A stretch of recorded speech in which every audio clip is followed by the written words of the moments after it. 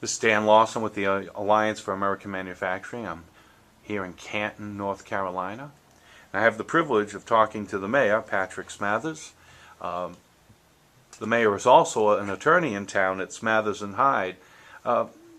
Mayor, how long have you lived in this town?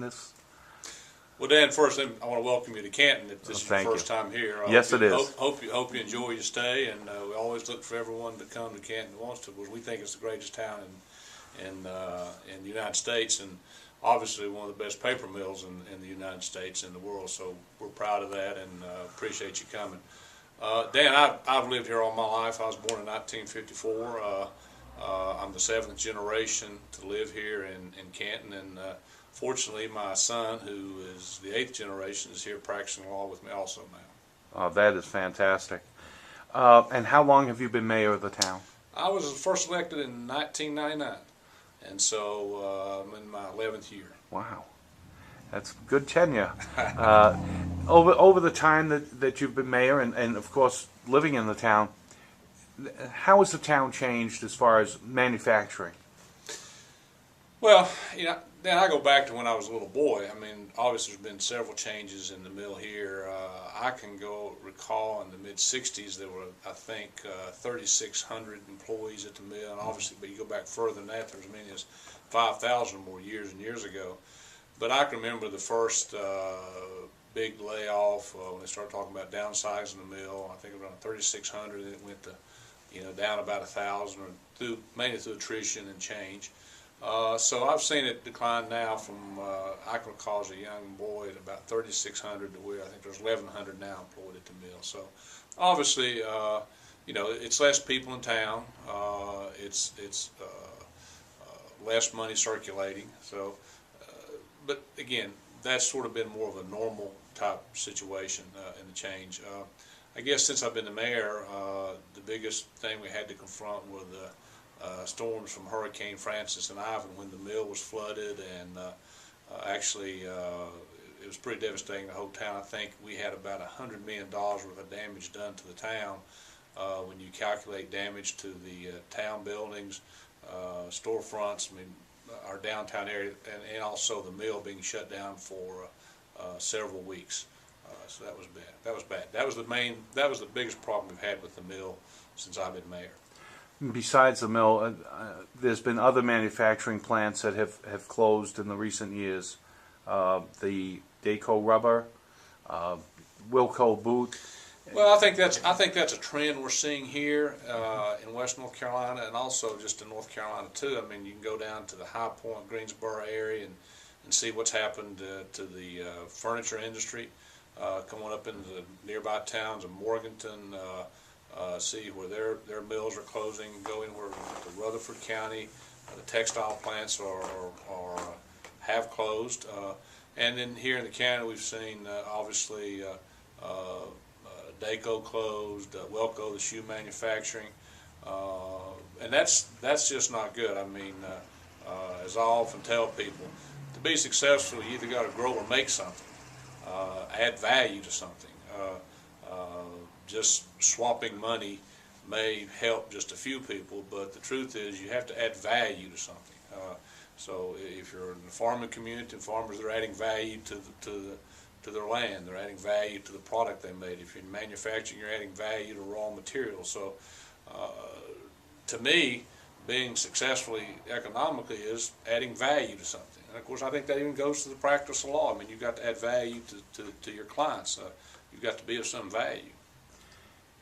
Now, when we talk about the paper mill, this mill here, you have upwards to 5 generations that have worked in that mill. You've got some. I don't know the oldest. No, you've got some of the best paper makers in the world right here in Canton and the surrounding areas. With the economics that are going on today, and with the dumping of paper into the country, if something was to happen to this mill here, what would be the impact on the town of Canton? Well, I would say, to put it really on common terms, it would be like the breadwinner of your family dying. If the breadwinner of your family died, your family's going to suffer.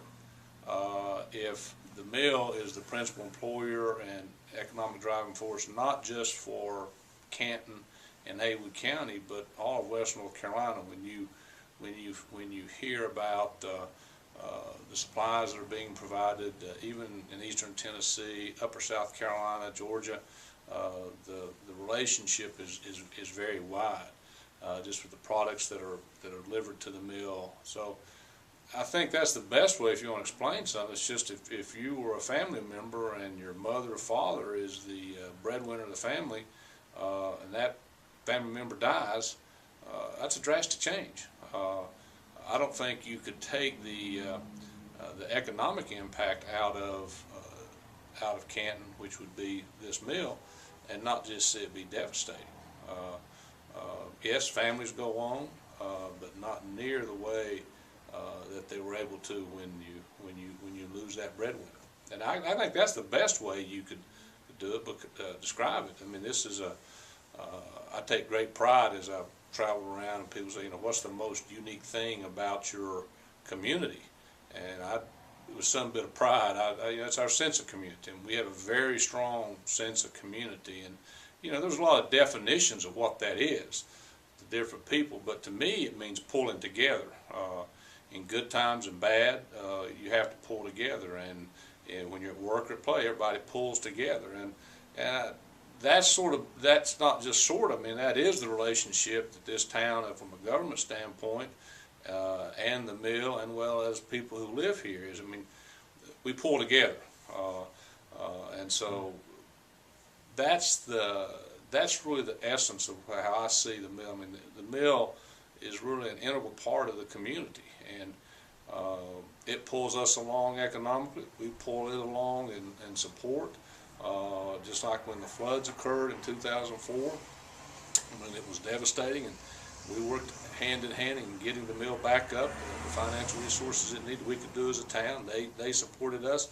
It's a very mutually supporting relationship between the town and the mill, always has been. And I think that also goes back to that what I call that very much sense of community.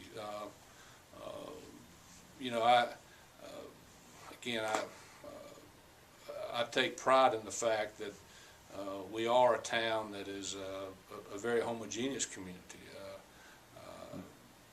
I can take you any place in town. I can show you a house worth $250,000, $300,000, and I can throw two stones and show you one worth $100,000. I mean, everybody is very homogeneous. So that's a part of that mill. I mean, when you're working together, many people working together, it's hard to disassociate yourself away from the plant. So everybody socializes together. Children play ball together. Kids go to school together. We recreate together. So it's a very strong sense of community, and the mill is very much a part of it. If you go back in the history of the mill, I mean, when it was original champion. Yeah.